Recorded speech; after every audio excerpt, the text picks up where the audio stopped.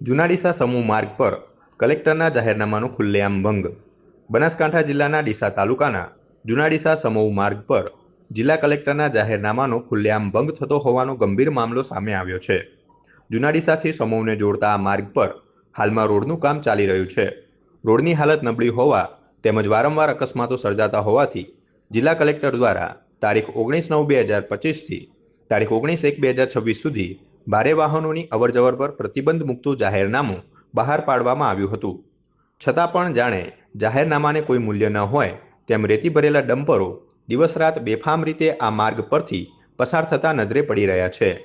Road નિર્માણ કાર્ય ચાલુ હોવા છતાં ડમ્પર ચાલકો દ્વારા નિયમોની સરેઆમ અવગણના કરવામાં આવી રહી છે, જેના કારણે રોડ પર કામ કરતા મજૂરો તેમજ સામાન્ય વાહન ચાલકોના જીવને ગંભીર જોખમ ઊભું થયું છે. સ્થાનિક લોકોના જણાવ્યા મુજબ અગાઉ પણ આ માર્ગ પર અનેક નાના મોટા અકસ્માતો સર્જાઈ ચૂક્યા છે, જેને ધ્યાનમાં રાખીને તંત્ર દ્વારા ભારે વાહનો પર પ્રતિબંધ મૂકવામાં આવ્યો હતો, પરંતુ જાહેરનામા બાદ પણ રેતીના ડમ્પરો નિર્ભયતાથી પસાર થતા રહેતા જાહેરનામાની અમલવારી પર સવાલો ઊભા થયા છે. સ્થાનિક રહેવાસીઓ અને માર્ગ પરથી અવરજવર કરનારાઓમાં ભારે રોષ જોવા મળી રહ્યો છે.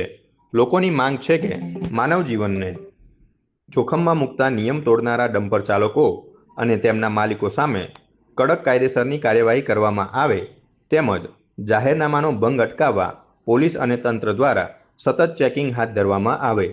કલેક્ટરના આદેશનો ખુલ્લેઆમ ભંગ થતો હોવાથી તંત્રની બેદરકારી તરફ ઇશારો કરે છે.